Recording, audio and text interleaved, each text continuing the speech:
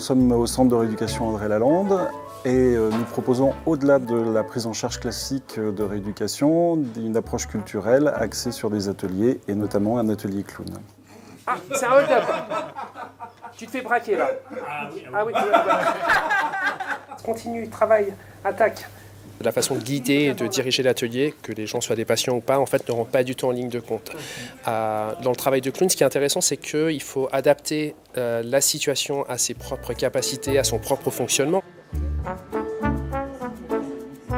On accueille essentiellement des patients souffrant d'affections neurologiques. Alors, les plus fréquentes, ce sont des séquelles d'accidents vasculaires cérébraux, des scléroses en plaques, et puis des affections de l'appareil locomoteur. Du fait de sa pathologie, de son accident, la personne a parfois des problèmes d'extériorisation, d'expression de ses émotions. Finalement, ça marche quand même et c'est ça qui est génial parce qu'on se rend compte dans ce cadre-là, en fait, le handicap s'efface. Attention, n'oublie pas les regards spectateurs. Ça va très vite, Nicolas, prends le temps. Tu as tout le temps ralenti. Ils ont l'habitude d'être un petit peu évalués, forcément de chercher une performance, d'avoir des objectifs de rééducation. Et là, on est dans un espace un peu plus de liberté, puisque même si on n'y arrive pas, en fait, c'est toujours bon pour le clown. Le clown, il est là pour rater, donc ça devient une force.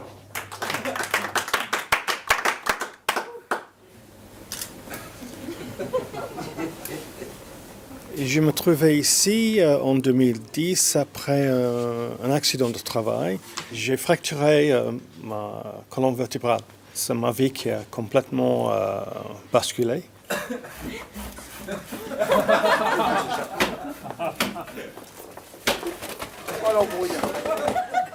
Dans ce temps d'atelier, on oubliait qu'on est dans le centre de rééducation.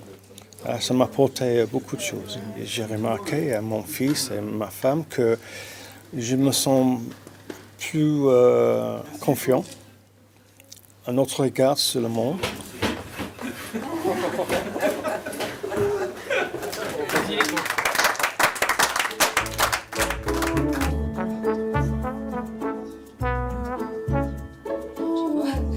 Depuis 2 jours, on accueille dans l'établissement 2 clowns.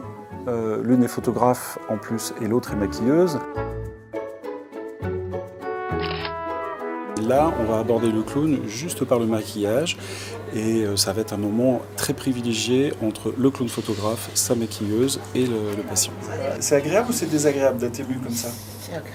C'est agréable. Mais ça fait sortir. C'est bien, c'est chouette. Des petites fleurs, tout ça. On a tiré des portraits qui sont magnifiques et avec lesquels on a habillé le bâtiment. Après, on peut s'inspirer de quelque chose comme ça et partir en paysage.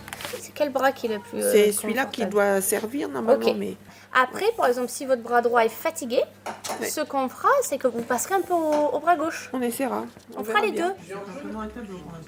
Au-delà d'ateliers clown, donc on propose des ateliers d'art plastique, des ateliers de musique et aussi des ateliers cirque.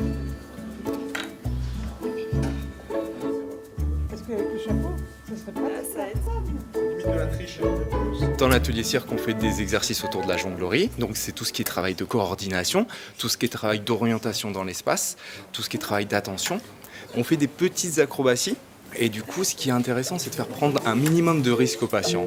Tu peux le lancer ? Allez-y. Parfait. Même quand on est à l'hôpital, on peut exercer l'art ou au moins en profiter. L'hôpital peut être aussi un lieu de culture.